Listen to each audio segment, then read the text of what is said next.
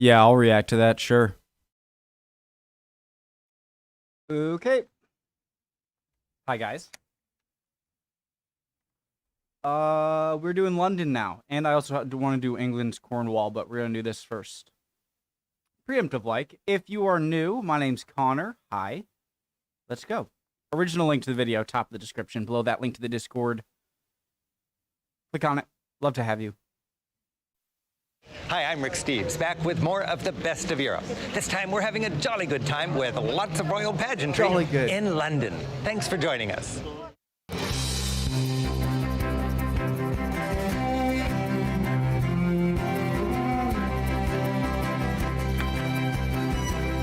Hope you're all good.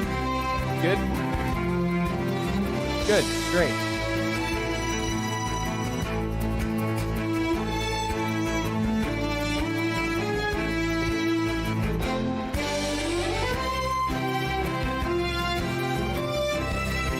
I love the intro.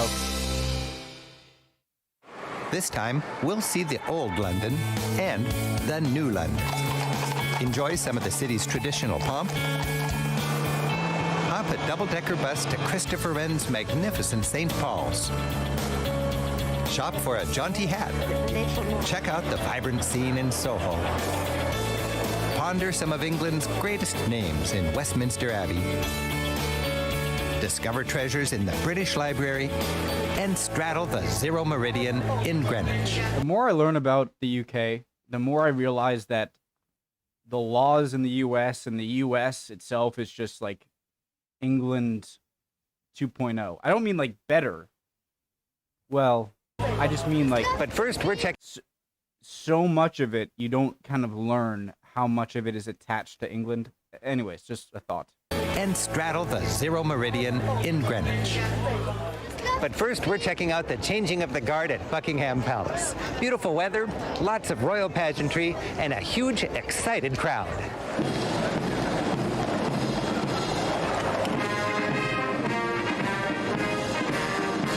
The changing of the guard at Buckingham Palace is a fine introduction to London.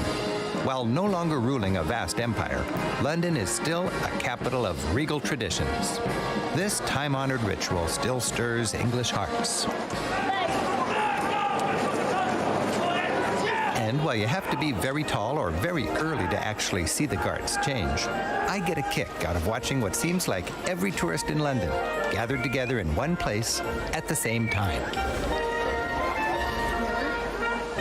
Today, England's royal family calls Buckingham Palace home. But for centuries, they lived closer to the River Thames, where, in the 11th century, King Edward the Confessor built the first Palace of Westminster. Over the centuries, that palace evolved to become this building and an icon of modern democracy. Edward the Confessor. I'm not going to remember that. I got to learn about him.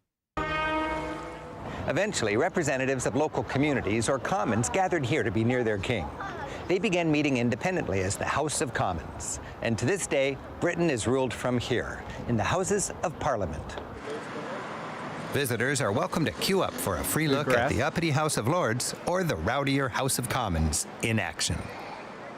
Like so much of the most medieval-looking architecture in Europe, this is actually over-the-top faux medieval. It's neo-Gothic, built in the 1800s, the Romantic Age. All across Europe, neo-Gothic was a reaction against the neoclassical Age of Revolution, which challenged royalty and religion. With this less cerebral, more romantic style, Victorian England reaffirmed its royal and Christian roots.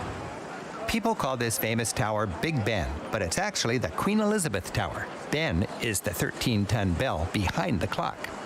Here's a fun way to make your sister envious. Hi, Jan.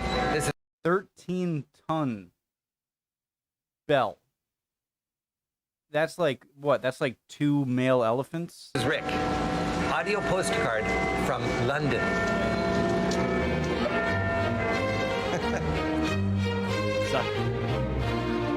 An enormous royal palace once stretched all the way from Big Ben to Trafalgar Square at the end of this street.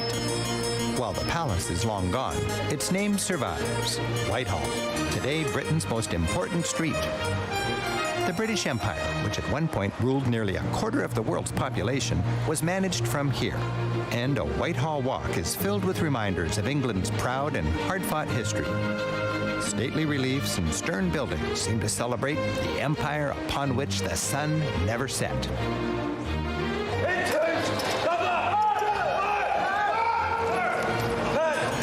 As it has for centuries, the Royal Horse Guard still keeps the royal family safe. And if you're here at the right time, you'll enjoy the ritual changing of this guard as well. Prime ministers like Winston Churchill have long lived and worked on Whitehall. Here, Churchill's wrapped in the iconic trench coat he wore as he led Britain through the dark days of World War II. Duck under sandbags and descend into the Churchill War Rooms. This was the secret underground nerve center of the British government's fight against the Nazis in the desperate battle for Britain. Shut down after victory in 1945 and ignored for decades, it's open today as a fascinating time warp for visitors to explore. Audio guides give it meaning. On the morning of the 16th of August, 1945, the day after VJ Day and the end of the war, the map officers tidied their desks, switched out the lights for the first time in 6 years, and went home. And that's the way the room stayed. You'll see the room where Churchill famously took his short naps. In this room, the progress of the entire war was followed as day-by-day movement of troops and convoys was charted. Famously took his short naps. In this room, the progress of the entire war was followed as day-by-day movement of troops and convoys was charted. And this room was the communication hub from where Churchill maneuvered Britain to ultimate victory. The adjacent museum introduces you to Churchill the man. It brings the colorful statesman to life, complete with his trademark cigar, bow tie, cognac, he loved his drink, complete with his... Did he actually... I sound so weird. Did he put his mouth on it? Trademark cigar, bow tie, cognac, he loved his drink, and famous hat. You'll get a taste of Winston's irascibility, wit, work ethic, even the industry of kitschy knickknacks he inspired.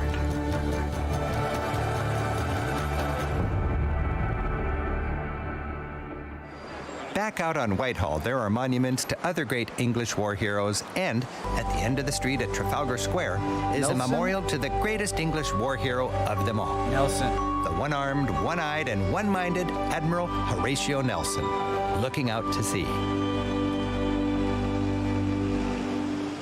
The year was 1805. Napoleon, with his mighty army, was poised just on the other side of the English Channel, preparing to invade. Meanwhile, 1,000 miles to the south, off of the coast of Spain, Admiral Nelson defeated the French fleet at the Battle of Trafalgar. Because Britannia ruled the waves, Napoleon was stopped. Bronze battle reliefs made of melted-down French cannon decorate the column. These huggable lions are a hit with visitors.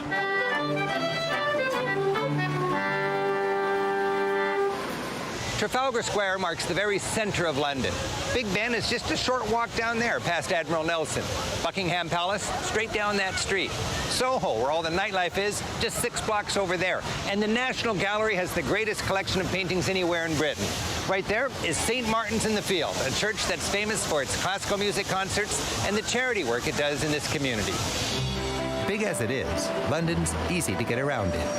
And once you're oriented, riding its double-decker buses can be both efficient and fun. For me, enjoying the view from the top deck is one of the great treats of this city.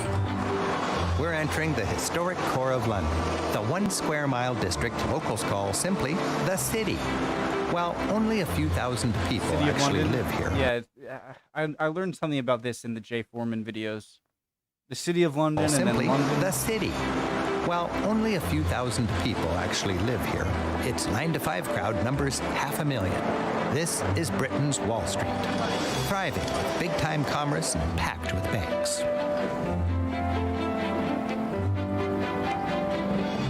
The city is also packed with history.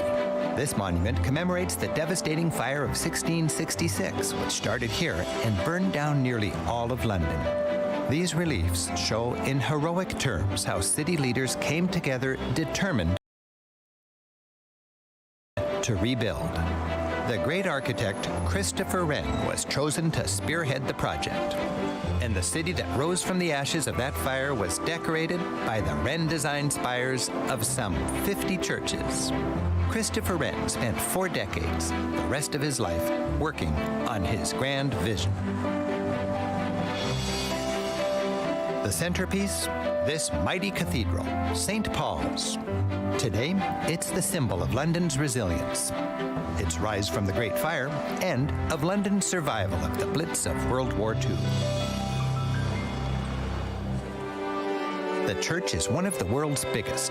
Wren accentuated its spaciousness by the lack of decoration. Notice the simple ceiling and the clear glass lighting everything evenly. Today, only the west end of the church keeps Wren's original vision. In the 1800s, Queen Victoria called St. Paul's dim, dingy, and ungodly. So the east end of the church was then slathered with Victorian bling.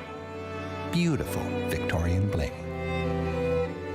While the church's survival in World War II was almost miraculous, the apse of the church did take a direct hit and was destroyed. Today, it's rebuilt as the American Memorial Chapel to honor our nation's contribution to the defense of Britain.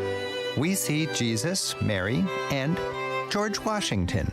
The American iconography includes stars, stripes, and eagles. And behind birds and plants native to the USA, it's a U.S. rocket, circa 1958, shooting up to the stars. The British are grateful to their World War II allies. The Roll of Honor lists the 28,000 American servicemen based in Britain who gave their lives. Climbing the dome is like climbing a 30-story building with no elevator. And the reward? A commanding view of London. Christopher Wren spent nearly half his life working on St. Paul's. At age 75, he got to see his son crown his masterpiece with this golden cross.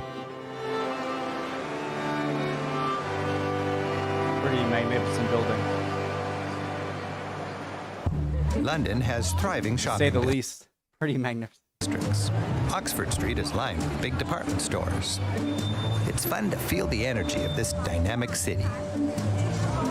And Piccadilly, the city's most touristy square, has a magnetic attraction all its own. With its tipsy yet somehow balanced statue of Eros in the center, this is where worlds of temptations fan out in all directions.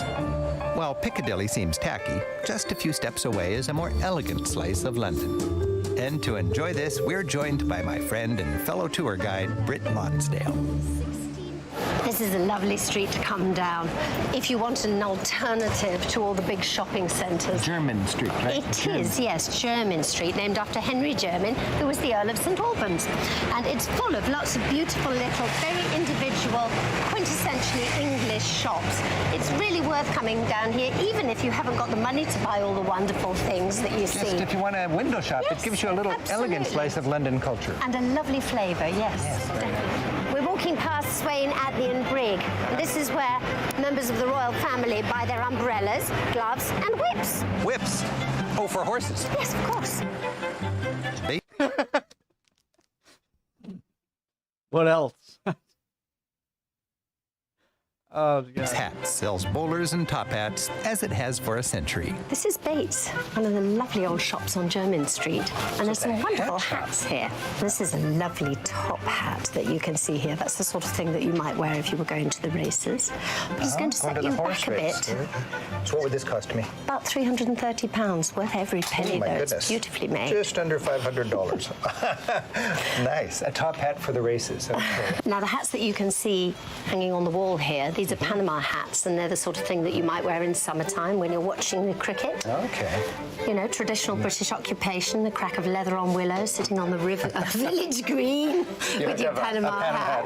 This is a bowler hat. Years ago, this was what you wore when you went to work. It was a standard item of hat wear. If you worked in a financial institution in the city, in the oldest part of London, you would wear a bowler hat. So if you were a banker, you had to wear a bowler. definitely, definitely.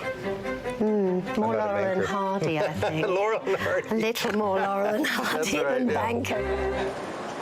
Simply wandering around London as evening approaches and people come out to play is an experience in itself. Soho is particularly lively. The people watching is fascinating. And talk about variety. This is thriving with restaurants. Yes, we're in Soho. It's full of excellent restaurants. It's a big centre for media, the arts. There's a big gay community here. Always humming, always buzzing. One of the marvellous things about London is that it's such a mix. We used to have an enormous empire spanning the globe, and as a result, lots of different nationalities came here. This part of London is the part that we call Chinatown. Okay, so dim sum, this is the place. Definitely. And of course, Soho is all about theatre. There are at least 30 theatres within a 10-minute walk from this spot, running the whole gamut. Musical, comedy, Shakespeare even. We're staying on a delightful and peaceful street in South Kensington. Hotels in London are expensive. Choose carefully. In my London guidebook, I recommend the family-run Astor House. It has a friendly staff, and my room provides a good home base.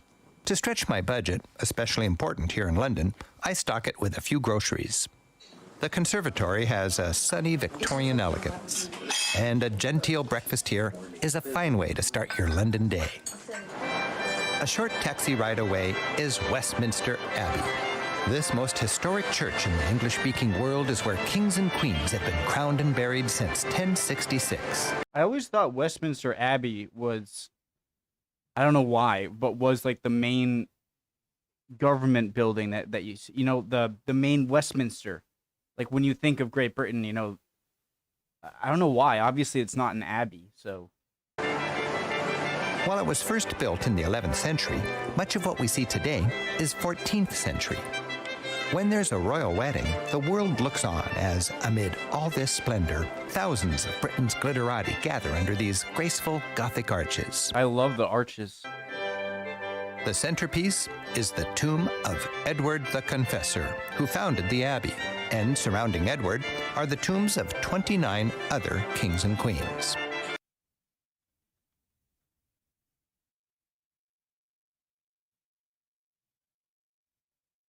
Oh, he ruled up to 1066.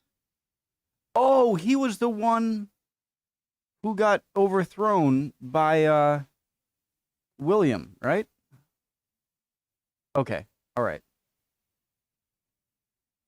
This is the tomb of Queen Elizabeth I. Her royal orb symbolizes she was queen of the entire globe.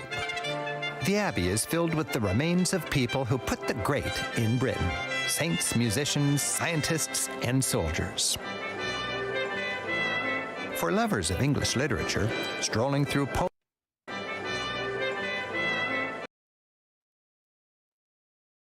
Are those equations? P plus PQ minus P? For lovers of English literature, strolling through Poets' Corner can be a pilgrimage in itself. Alfred Lord Tennyson. That's one of the only ones I know.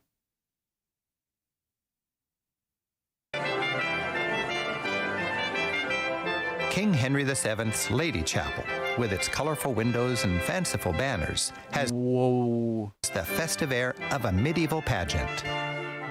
The elaborate ceiling is a fine example of fan vaulting, a style that capped the Gothic age.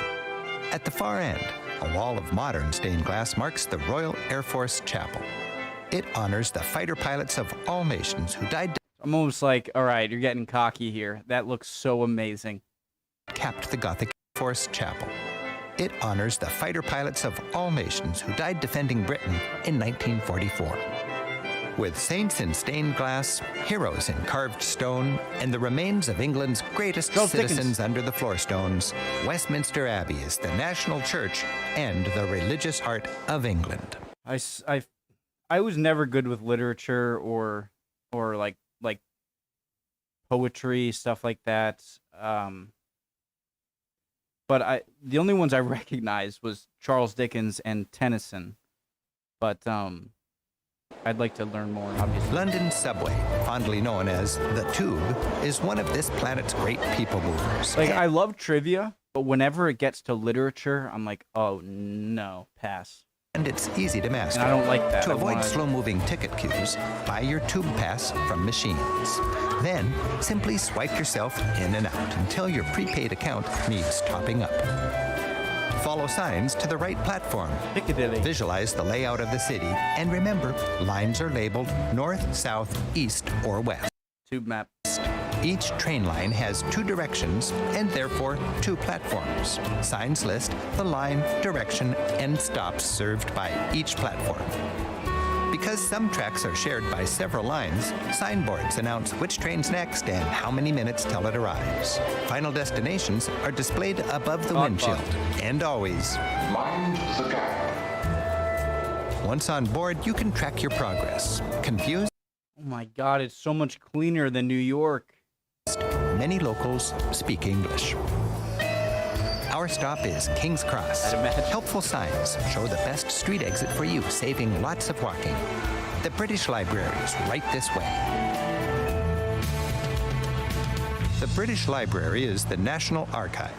The statue of Isaac Newton measuring the immensity of the universe symbolizes the library's purpose, to preserve the record of man's endless search for knowledge. The massive building fills 180 miles of shelving with over 12 million books. For sightseers, only one room matters, the Treasures Room. It showcases early Gospels on papyrus, the first complete New Testament, written in Greek from the 4th century. Illuminated manuscripts with pages lovingly illustrated by monks, some of the finest art from Europe's Middle Ages.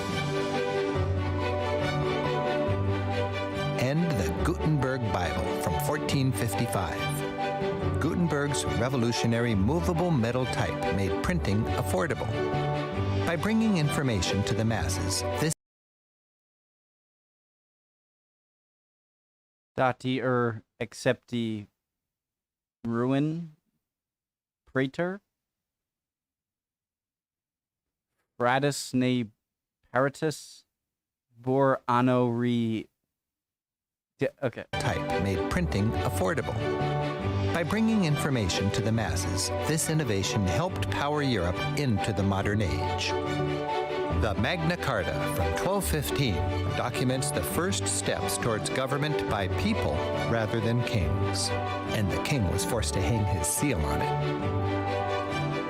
Cases are dedicated to the titans of English literature, showing, for instance, early editions of Shakespeare's plays. Wasn't it like a big thing that the king couldn't just like arrest any lord that he wanted to? Or am I thinking of something else? Like, was that a big part of the Magna Carta, or am I confusing it? Hang his seal on it. Cases are dedicated to the titans of English literature, showing, for instance, early editions of Shakespeare's plays. You'll see precious musical manuscripts, a handwritten score of Handel's Messiah, a Beethoven work tracing his stormy creative process, and handwritten Beatles lyrics. Ponder the evolution of maps. In 1350, this view came with Jerusalem at the center. By 1550, with this, you could plan your next trip to England.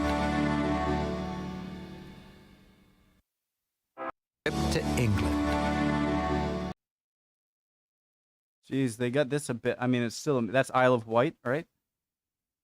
But it seems like the distance here is a bit off, right? I think it's a bit wider. But I mean, that's insane. I'm not saying like, oh, wow, terrible. That's awesome. I love map making.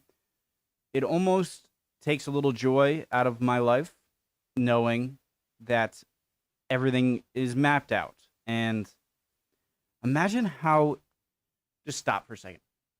Imagine how much magic was taken out of the world when the world was mapped. You know, I'm not saying that it was a bad thing that it was mapped. It was awesome that it was. It's just, there's no more like, whoa, like, what if there's like 1,000 other continents, or like it just keeps going or something like that. And I don't know. Is growing, and its underground is growing with it. Historically, most London attractions have been contained within its downtown Circle Line. But there's a new tube network emerging, and it's clear London is shifting east. Each morning, a thunderous high-tech workforce surges into a district called the Docklands. Once a gritty industrial harbor, then a neglected no-man's land, today the Docklands has been transformed. I think I learned a bit about this in Jay Foreman, Matt Men videos too. It fills a peninsula created by a bend in the Thames with gleaming skyscrapers springing out of a futuristic people zone. Canary Wharf Towers, one of the mightiest skyscrapers in all of Europe. Workers enjoy good public transit and plenty of green spaces for relaxing. The entire ensemble sits upon a vast underground shopping mall.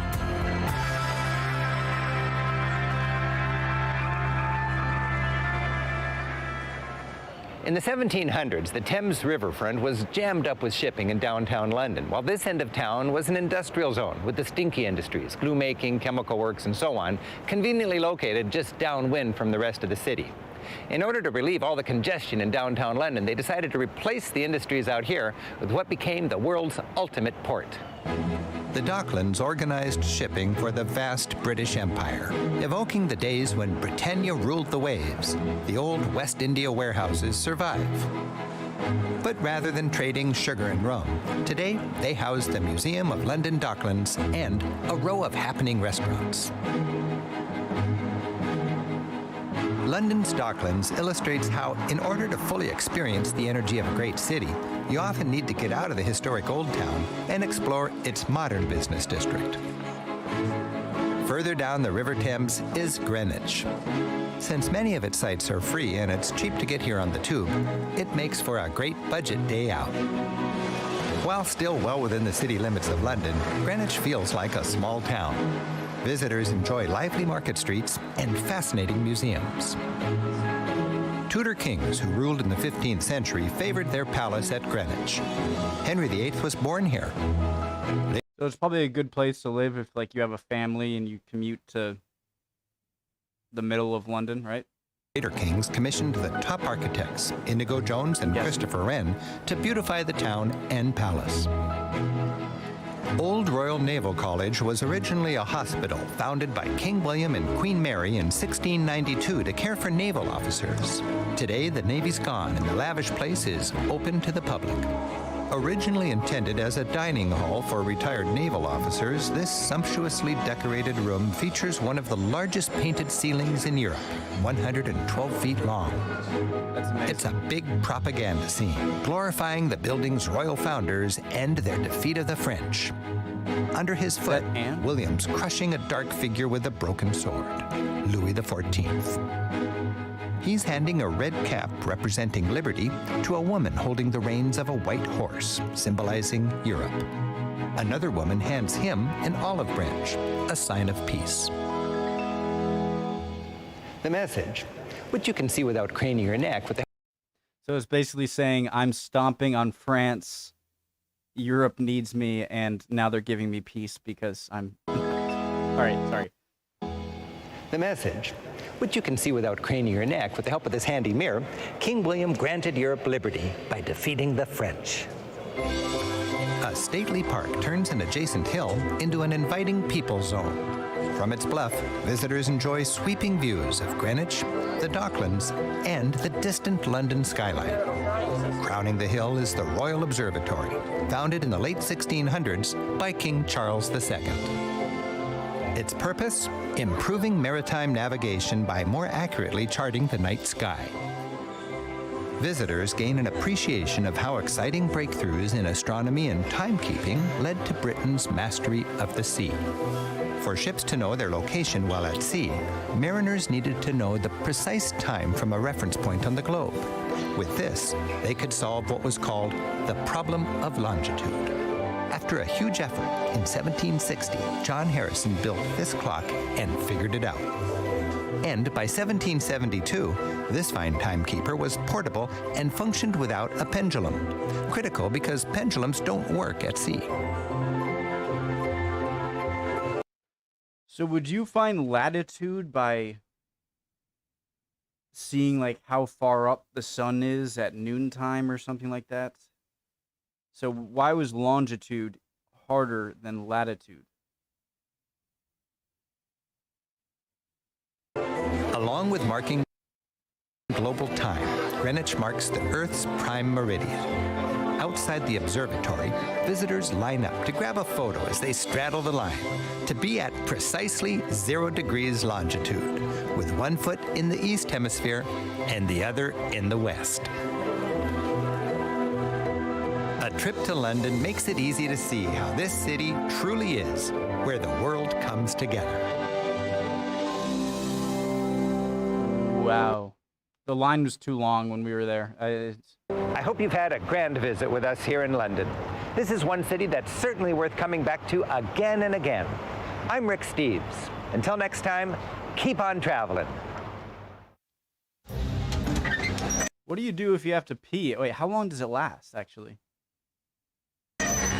Yeah.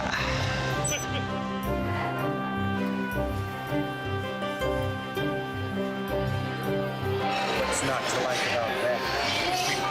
Very dashing, huh? Not quite dashing is the word.